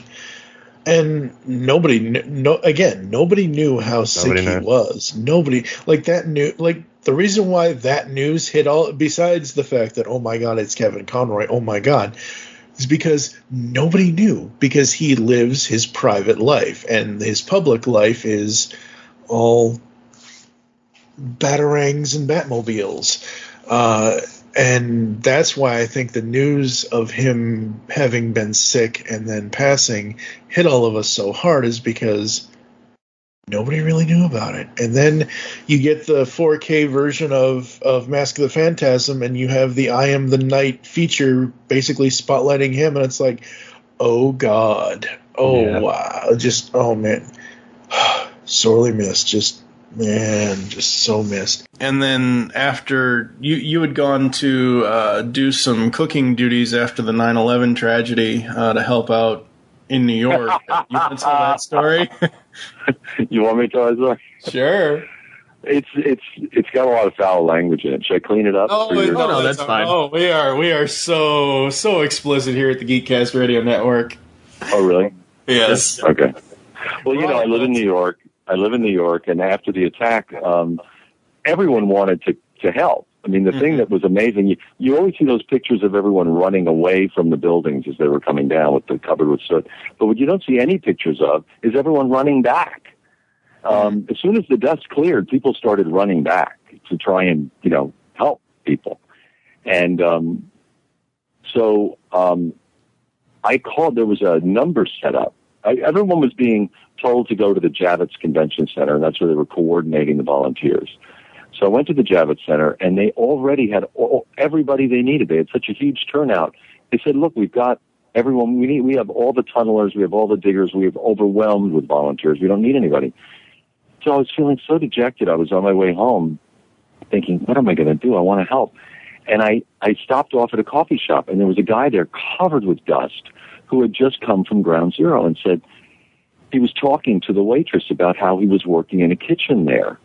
And I said to him, this total stranger, I said, you know, I just came from the volunteer place. They told me they didn't need anybody anymore. He said, do you really want to volunteer? I said, yeah. So he wrote down this phone number. He said, call this number. They need people. This is the kitchen at Ground Zero. So I called them up, and they said that they did need people. And they said, do you have any restaurant experience? I said, I'm an actor. Of course I have restaurant experience. What do you need? You know, actors can do anything in a restaurant. They said, well, we really need cooks. I said, well, I worked in a short order cook when I was going through Juilliard. They said, are you free now? And I said, yeah, I'm between jobs. They said, no, we mean right now, like tonight. We need someone tonight. I said, yeah, I'll be right there. So I ended up doing the night shift. So it was like from 6 p.m. to about 6 a.m. And it was a few blocks away from the actual pit. But it was a big, like, cafeteria that they had commandeered. It was a restaurant, I think, called Nino's. It was a big old restaurant. And they had taken it over, and all the work crews would come in, covered with dust and soot, just exhausted. And it was a very hot September. So it was a very depressing atmosphere. And there were these huge work lights set up all over Lower Manhattan, setting it up. It looked like a moonscape.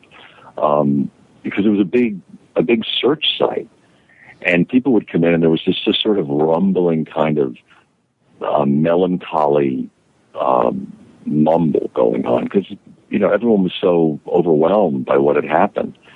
And I was working this night shift, and this guy who was next to me one night goes, so I'm an architect during my day job. What's your day job? I said, well, I'm an actor. He said, yeah, but do you do some special kind of acting? He said, I thought I knew your name. I said, well, I really work in animation. I do voices. He said, I knew it. You're Batman. I said, how did you know that? He said, everybody knows who's Batman. I said, no, everyone does not know who's Batman. He said, oh, my God, the guys are going to go crazy if I tell them that. I said, no one's going to care. He said, are you crazy? He said, watch. So he goes out in the dining room, and he goes, guys, you're not going to believe who's been cooking your dinners. It's Batman. And there was this long pause, and you hear it from the back of the auditorium. Bullshit! And then someone else says, make him prove it!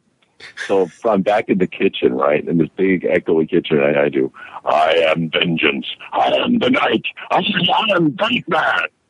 And then there's this long silence. You hear from the back of the auditorium, holy fuck, that is Batman! They all start pouring back into the kitchen, and suddenly you hear this laughter. And this guy's like, hey, you know that episode where you and the Joker, you know, I watch that show all the time with my kids. And, you know, hey, man, what's that Danish lady like? And everyone wanted to know everything about the show. And then the guy who had recognized me, the architect, says, what's it like to be Santa Claus? Because that's what happened. Santa Claus just got here. And it was true. It was like suddenly people had something else to think about, you know? Yeah. And so I emailed Andrea the next morning at Warner Brothers, and I told her what had happened that night. I wrote it all as a story. And I said at the end of it, you know, what we do is not insignificant. We're already contributing. And she said she circulated that all around Warner Brothers. She said everybody at Warner Brothers loved that story. Yeah. It's just an amazing story. Because, you know, a lot of, you know, and that goes to like, you know, sometimes we will ask a question of, you know, do you get recognized, you know, on this? Because a lot of times voice actors, in person don't get recognized unless, you're at a convention and a big sign says, hey, this is Kevin Conroy voice. I assumed this would be a completely anonymous job. And for many years it was. In the early 90s, no one knew what I was doing. It was when the internet developed and you could just Google someone's name and then get the picture, and suddenly everyone knew who was Batman. It's really since the internet that people know who's doing what. And for many, many years, it was completely anonymous. And I was used to it that way. I kind of liked it that way, actually. This is Kevin Conroy, and I am the goddamn Batman. All right. How large or small is your physical comic book collection? I can actually give you some specific numbers if you so wish, because I'm one of those sad type A type people who likes to scan and catalog everything. All right. Well, if you want to, that's fine. That's cool. 51 specific comic book series that go across the Batman One Band Day collections, like some trades of Bloodstained Teeth, various anniversary editions of Harley Quinn, and then weird sci fantasy stuff. And then I have a mixture of only 32 graphic novels, the most recently of which was my lovely girlfriend works at Shakespeare's Globe Theatre, so she decided to treat me for my birthday with the Deadpool Shakespeare collection, which was a lot of fun. And then 179 volumes or trade paperbacks of manga. Oh, wow. So my collection is definitely modest, yeah. Yeah, the Deadpool Shakespeare collection. It's so dumb. I think you just broke my brain again. I'm like, wait. Wait, you never heard about this? No, I've heard a lot about a lot of Deadpool stuff because Ryan Reynolds, Deadpool, whatever. But no, this is the first time I ever heard about Deadpool Shakespeare. Oh yeah, it's so weird. I read it in a day because it's that light and that much fun. So basically, it's Deadpool wakes up in this sort of weird alternate reality where every Shakespeare play is sort of like layered over each other. He wakes up as though he's like Hamlet, and he's got to try and like fill out the plot of Hamlet, but he makes best friends with Macbeth. Romeo like punches him out because he tries to flirt with Juliet. The witches give him like some magic items that end up just being cursed, and he spends a lot of the time after his first fight with Macbeth, his head gets cut off, so he does a lot of the alas poor Yorick looking at his own head with his shoulderless body. It's so dumb. He doesn't even properly end. It just sort of gets to a point where, all right, cool, we've played out as many Shakespeare things as you can, so Prospero the wizard from The Tempest just sends him back to his own world. But it's, if you want like 10 minutes reading just to turn your brain off, it's so much fun. So, question, do I need to read, this is in Deadpool World's Greatest, right? Yep. Do I need to read the other 6 volumes? Nah. Okay, because I'm one of those types of guys, like, I will, like, if I'm going to cover this on the podcast, I need to start at volume 1. I need to start at the beginning. But for that particular trade, the first sort of 2/3 of it is just the standalone Shakespeare story. Like the last like 2 issues that I collected in that trade do tie into that ongoing storyline, so that would be worth it to sort of cover the whole book. But for just Deadpool Shakespeare is like 4 issues of really random goodness. You don't need to be caught up too much. Okay. Because have you written a review on that yet? I might review it for my website, Fantastic Universes, because on my website that I co-manage with my father, we talk about everything in the world of popular culture. So yeah, I could probably cobble together a review for it pretty soon. All right. Well, folks, I can tell you right now, breaking news here inside the Pull Bag, coming in January 2024, episode 547, Deadpool Shakespeare with Adam Ray. Yeah, I'm writing it down right now. I'm more than happy to talk about Deadpool Shakespeare and other weird stuff in that world. More than happy to. Because I need to experience this, because it just doesn't seem... It's 2 very opposite ends. Like, just... Wow. Holy crap. Because a lot of the actual text is, like... very closely lifted either from Shakespeare or written in the right verse so that it reads like Shakespeare. But then again, you also get Deadpool, who, like, I don't know if you do this because, like, I do and my father does. Whenever we read certain comics, if the acting work around them is so good, like, I could still hear Kevin Conroy's voice whenever I read any Batman story. Yeah, and when I read Deadpool, I hear Ryan Reynolds.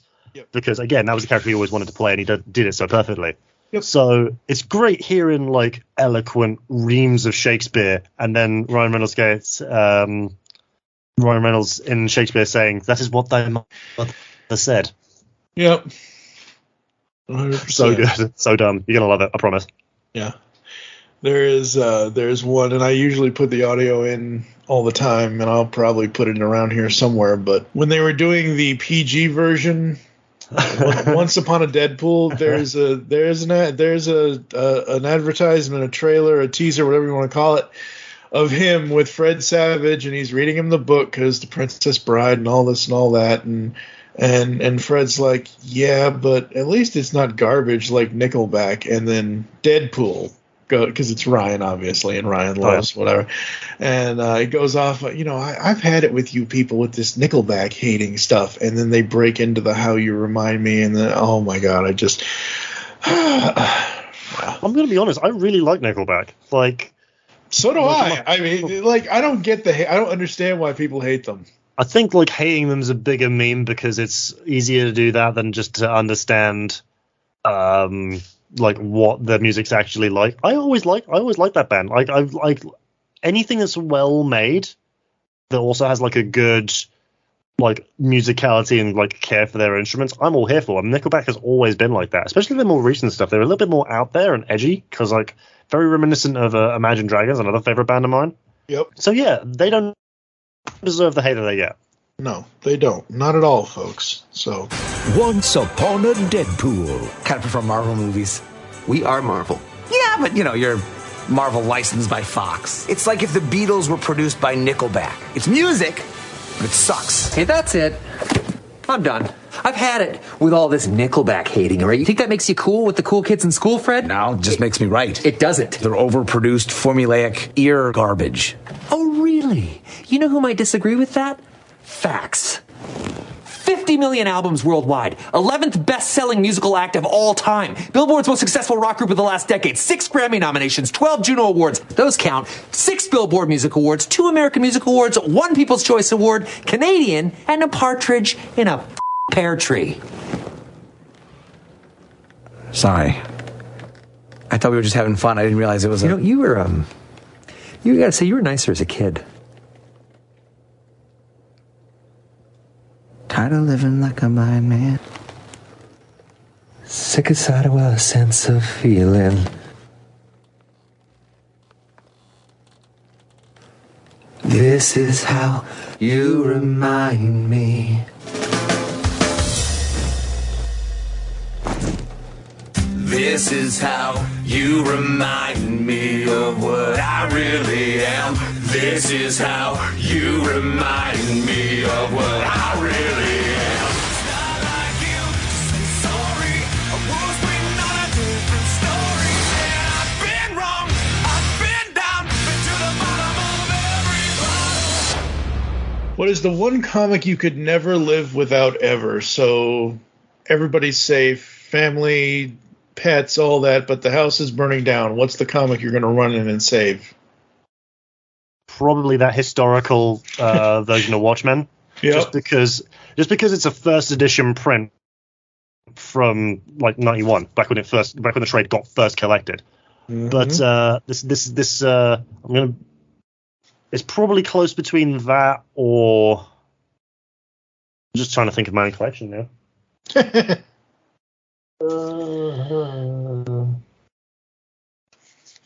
Yeah, I would be very, very sad, and the flames would be like peeling up, and I would feel like parts of my skin crisping before I inevitably just pick up that historical document that is Watchmen.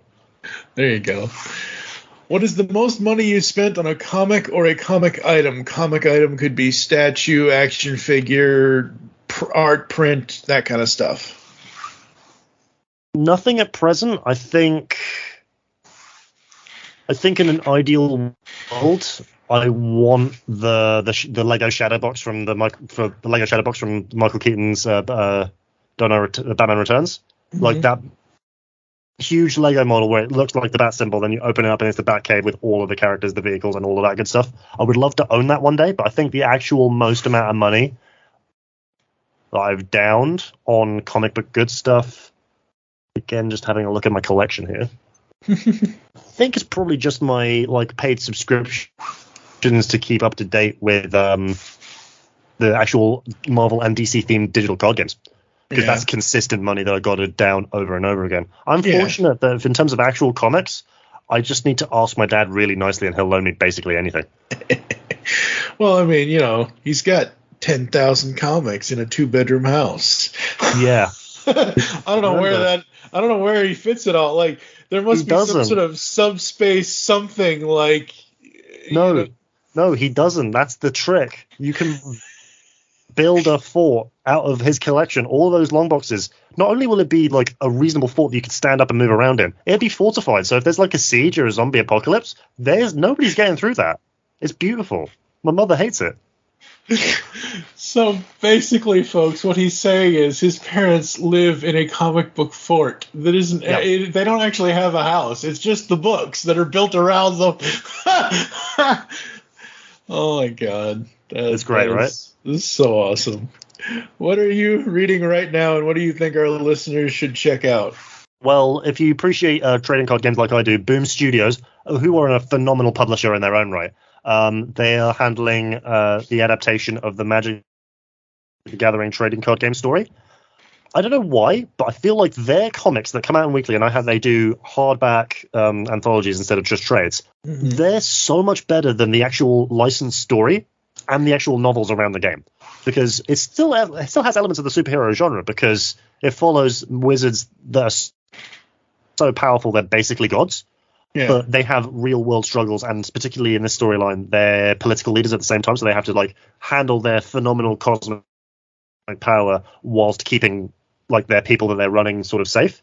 But the quality of their stories are so much better than what's actually going on in the main official story of the game, because they have the audacity to actually kill off main characters who are still technically alive in the continuity of the game, but aren't in the story itself.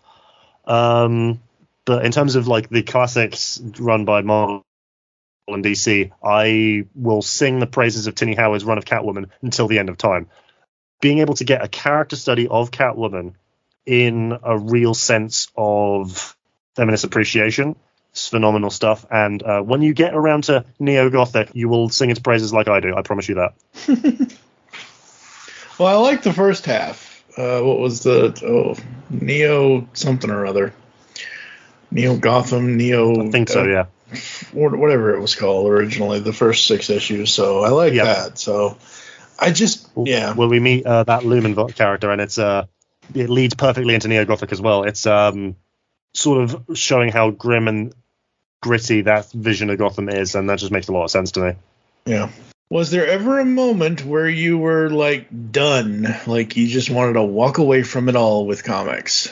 I don't collect comics very heavily. I obviously collect a fair bit of manga, but there's a lot of titles out there and it's hard to keep up sometimes. But to give up on that would be to give up on characters that I've grown up with, and to give up on stories that have defined me as a person. So I don't think I could.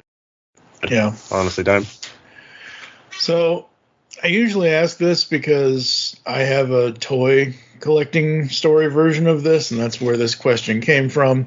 And as you can tell, folks, from the entire episode, it's going to be a no to this question. I already know their answer is going to be no, because hello, do you have my parents got rid of my comic story? You don't. Despite my mother's best intentions, no. I've been very fortunate that the collector's spirit has been drilled into me by my father, and I actually turned his attention to all of the database apps that I use so that my father can catalog his collection, because he is in the process of downsizing his collection a bit just to be able to cover certain costs of things. But no, I hoard things. If it's something shiny and important to me, you'll have to pluck it from my cold dead claws. Heroes, heroines, anti-heroes, and heroines, or villains. What archetypes are your go-to reads? Because of my own attitudes for how far you got to suspend your disbelief for superhero media, I love the archetypal heroes, like your Justice Leagues and your Avengers. but I will always turn back to stories like Watchmen and Miracle Man, where those characters are such phenomenal cosmic powers that they have to be the squeakiest clean people ever to not just go off the rails and become like your Miracle Mans or even Homelander from The Boys, using that power to just sort of become demagogues or tyrants. So I love the stories, but they need to like stay on the straight and narrow, which is why I love the arc that Batman's gone through during the Gotham War. He's really got up on his high horse and just went crazy from his own effects of just the his seeing the wider continuity coming into the world, and the Batman of Zero Eyes is like dark mirror conscience in the back of his head. I think for that, then, for the same reason, villains need to have something really grim just to justify why they enjoy hurting people and causing damage. But there's something so fascinating about them. But I think the joy of an anti-hero, someone who does the right thing in theory, but ultimately still tries to serve themselves just as much, there's something really satisfying about that kind of character as well. So as long as they're well written and compelling, then I can get behind most kinds of characters. That's the joy of a good story. 100%, completely agree. What is one item from a comic book you'd love to have in the real world? So you can reach into an Alan Moore comic or whatever comic and you can just pull out something. I mean, stupid examples I use are like batarangs and things like that, but what is an item you would love to just have in the real world out of a comic? I would love to take either the Batmobile or Archie for a joyride, even though I can't drive, because it's not a mandatory thing for us here in the UK to learn how to drive when you're a kid. I'd say, actually, though, one of the light-hearted, high fantasy comics I read called The Adventure Zone, there's one wizard character called Taco who has a wand called the Wand of Switcheroo, where if you point at something or someone, you swap places with that thing. So just being able to like mess with people, just point at one and then just switch places with someone, it can be fun and really stupid. Oh, man. Yeah, that would be crazy. All right, folks, he mentioned the Batmobile. We're going to get to that in a moment because we are now entering the comic book fantasy funland. Questions 24 through 28 are all fictitious, and they don't matter, and the points don't matter, and all that stuff. But if you could own any vehicle featured in a comic, which would it be? And since you mentioned the Batmobile, I will ask you to define which version of the Batmobile you would want. I don't remember which story it is. But there's a moment where Batman turns to Nightwing and he says, all right, let's get in the car. And then it cuts away to a full-page spread of Nightwing saying, cool, which one? And it's just like a sea of cars just filling up that page. Is that from Marsh? I can't remember. No, They do that in almost every one, so it really doesn't matter which one it's from. I mean, Sean even did one. I mean, because Sean's a car guy, but... You know, it doesn't matter. That happens in almost every Batman comic. It's true. I'd say if I had to pick a Batmobile, it'd probably be a misnomer because I want the tank from Dark Knight Returns. Interesting. It's just so imposing. You see that rolling up the street, you run the F away. It's terrifying. Yeah, you're definitely going to be running. For me, it's a tie between any of the original TIS Batmobile to any of the other ones he used, and then obviously because I'm such a Beyond fan, like the fly. I know it's just an upside. I know it's just an upside down whatever. Or no, the car. His chauffeur car is the upside down Batmobile, but the flying bat, like, oh man, like that would be so cool. If you could live in any comic book world that you would want to, where would you live? Well, given my own sort of aspirations to try and make it as a writer, I would love to be like a Jimmy Olsen type, writing copy and getting coffees for people in the Daily Planet. Because Metropolis is prone to giant monster attacks, but it's very well defended. Yes. I would not want to live in Gotham. The crime rate's through the roof. Yeah, no, it's not unless you're gonna, bunk in the cave somewhere. No, that's the only place where it's safe, and even then, it's not that safe. Exactly, that's true. I mean, people try to blow it up all the time. That's true. And paint giant red ha-ha-ha-ha-has all over it. Who would be your top 3 comic pals to join you and become a quartet? Like characters from comics? Yes. Ooh, that could be fun. Despite my asthma and my spine problems from being 6'4", I think at least one combat lesson from Batman would be worth it, and then I'd breathe it in and then take a boxing lesson from Wildcat instead. Then I'd go actually somewhere to some of the really weird stuff from the manga that I read, because your Forger, the mother from Spy Family, she's a paid assassin, but on the outside she looks like just a suburban stay-at-home mom. But she has like superhuman strength and speed, and it's never explained why. So I just want to like understand where she gets all that side of her powers from. And then, so it'd be Batman, your Forger, and honestly, this is going to be really out there, but I want to go to a grimdark future and get some science lessons from Dr. Canis while Commandy the Last Boy is out there fighting mutants. Oh, wow. That's cool. That's awesome. Yeah, every time I ask that question, people are like, ooh, and there's so many choices. Too many choices, but like that. It's good to make yourself think of all of the compelling characters from across decades or even centuries of comics. Yep. And of course, after those lessons with Batman, you got to make him sing "Am I Blue?" I mean, come on. Definitely. If you could date any comic character, which one would it be? Ooh. Like, I feel like I'd be chewed up and spat out whole by any of the Sirens. Any of the Gotham City Sirens. But a part of me would be okay with that. But then again, like, I want to just hear some, like horror stories from Ancient Mars from Miss Martian, because she seems so nice. She seems so delightful. Yeah, any of the Gotham City Sirens, they could swallow us all whole and spit us out at the same time, and we would love every minute of it. It's we would. Any of them. Any of them. And it's just like it was literally 40 years ago in 1988 when Disney released Oliver and Company and Cheech Marin as the voice of Tito the Chihuahua. If this is torture, chain me to the wall. Well, depending on if it's Ivy, she doesn't need to chain you. She just got like the strangling vines that pin you to the wall. Yeah, true. But but the sentiment's the same. The same. like we are here for this. Yes, please. Oh boy. I like it. I promise. What is the holy grail of comic book artifacts? A Batarang, the Matrix of Leadership, Kryptonite, Green Lantern's Ring, etc.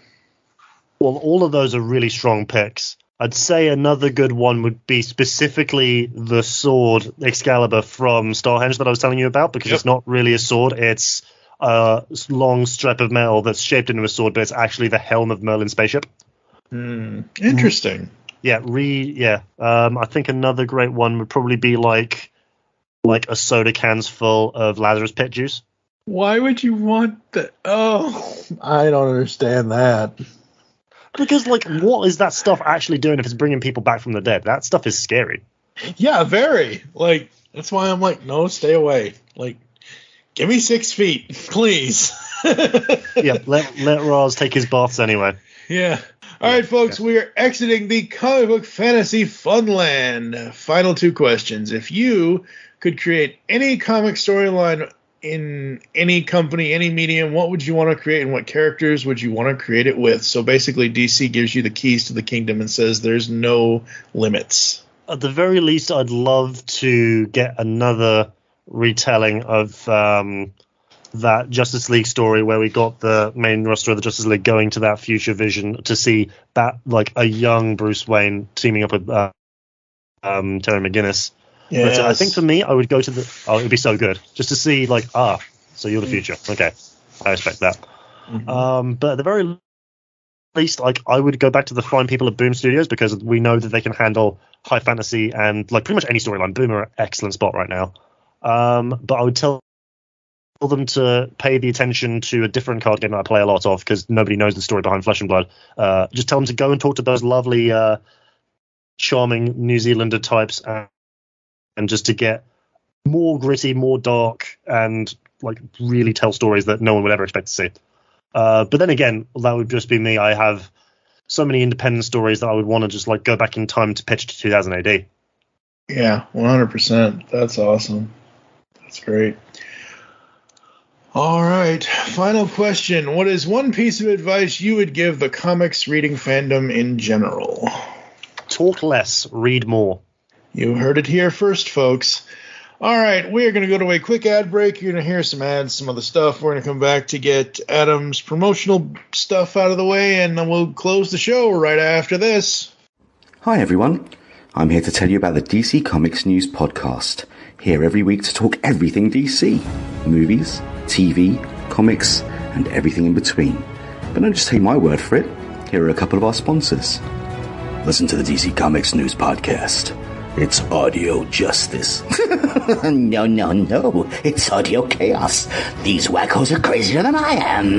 Well, maybe you're both right. Regardless, you can catch us on every kind of podcast platform.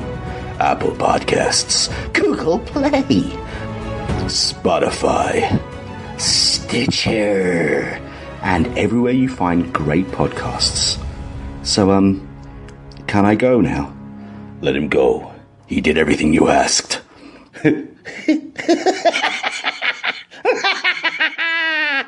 No. Like science fiction? Of course you do, or you wouldn't be listening to the Geekcast Radio Network. Well, the Mark Who 42's Universe podcast is an award-winning sci-fi radio show that's been around for over 10 years. We cover everything from Doctor Who to the MCU to pop culture and everything in between. A new show drops on Tuesday mornings on the GCRN website and all of the major podcast platforms. So listen to the Mark Who 42's Universe podcast from the universe and beyond.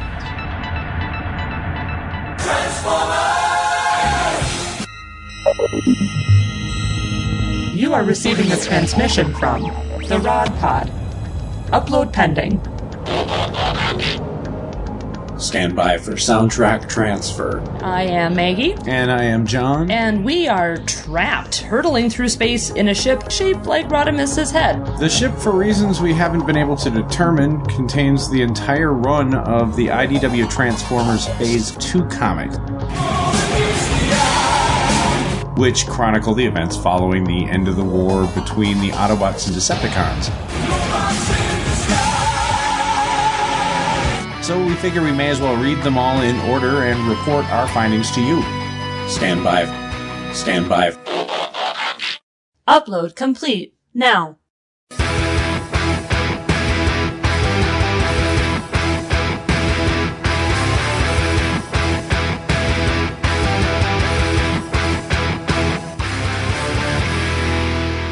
The Rod Pod. Look for us at marriedwcomics.libsyn.com, at iTunes, at Stitcher, or wherever good podcasts can be found. So, till all are one. Till all are one. We are back, folks, here inside the Pull Bag. This is episode 538. Mr. Adam Ray, what have you got coming up on your schedule? I have so many things across the great white interwebs. For comic-flavored goodness, and look no further than my reviews on Dark Knight News and every now and then DC Comics News. Both Catwoman and Batman Beyond Neo Gotham are in excellent spots right now. But for my one true love, PC and tabletop gaming, look to my pride and joy, FantasticUniverses.com, the website that I share with my father, where we talk about everything in the world of pop culture and all the things that tickle our nerdy fancies. Follow me on Twitter at IsItTinkerer, and follow me on twitch.tv/IsItTinkerer, where I stream card gaming goodness, including comic book flavored things, DC Dual Force, and Marvel Snap. You can look to see me also coming up very soon as the Dungeon Master for Disaster on twitch.tv. I am involved in a lot of cool stuff. Very cool, very cool. Coming up for us, folks, I don't know. It's either going to be more Origins episodes, or it's going to be, hopefully, Void Rivals issues 4 and 5 from Skybound. I have written down here, and I forget who I was going to do this with, Superman Unchained, which I think is the Scott Snyder Superman from a few years ago, I think. Yeah, that rings a bell. I think that's what we're talking about. Oh, no, it's worth. I just, like, I see the title, and I'm like, okay, I remember there was Superman Unchained, there was Superman Unbound, there was Superman Frank Miller, Don't You Ever Do That 3 issues ever again. Oh, God, it's a whole other. I haven't even read the third issue yet because I knew what happened to, like, as soon as I read the solicit for the Trinity, got it. All right, you bamboozler. Anyway, but at the end of the year, folks, we're going to have a totally tubular, turtle-tastic time as my buddy Joe Reed and I are going to get through volumes 3, 4, and 5 of IDW Publishing's TMNT Reborn trade paperbacks. So that's how we are closing out our 10th year here inside the Pull Bag. And then in 2024, I will be spending all holiday long figuring all of 2024 out, because I'm one of those people that will figure out a schedule 2 years in advance of anything. At least I know Deadpool and Shakespeare are going to show up, so there's that.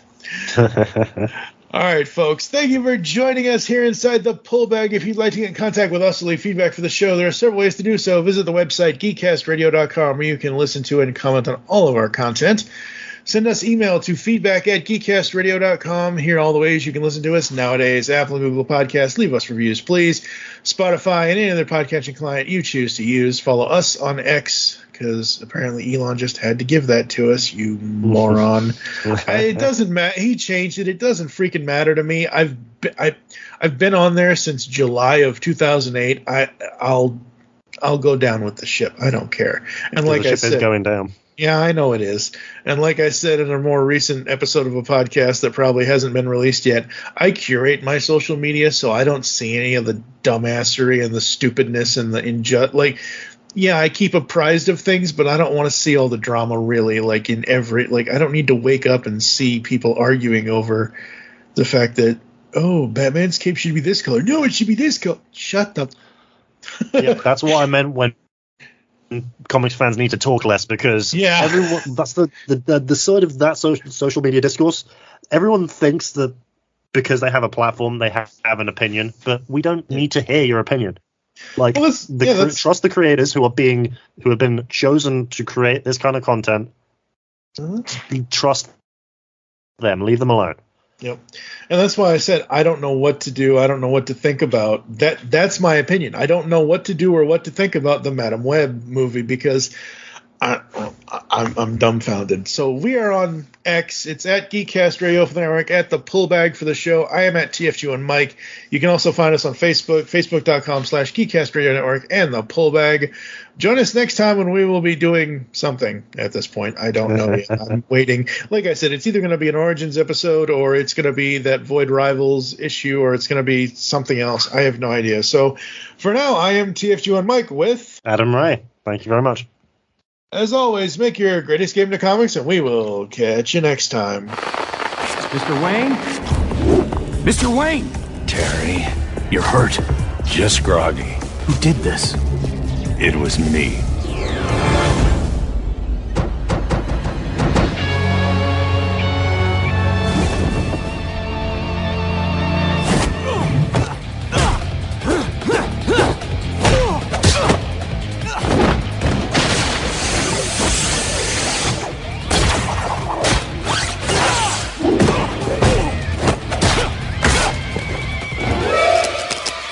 Human.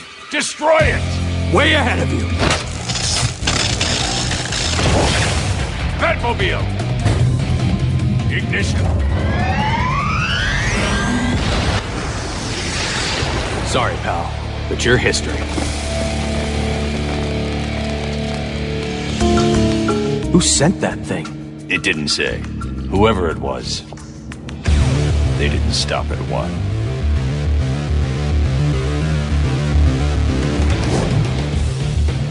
Seven against 2. Pretty bad odds. For them. You've just jumped inside the Pull Bag. Join TFG1 Mike and the rest of the comic crew here at the GCRN as they make their great escape into comics. From DC, Marvel, and Image to IDW, Boom Studios, and Zenescope, we have everything right here. We cover things like Transformers, He-Man, superheroes, TMNT, and Radiant Black. Yeah, we have all that and so much more. It's all inside the Pull Bag here on the Geekcast Radio Network. So, without further ado, it's time to talk about the comics we're reading right now, here inside the Pull Bag.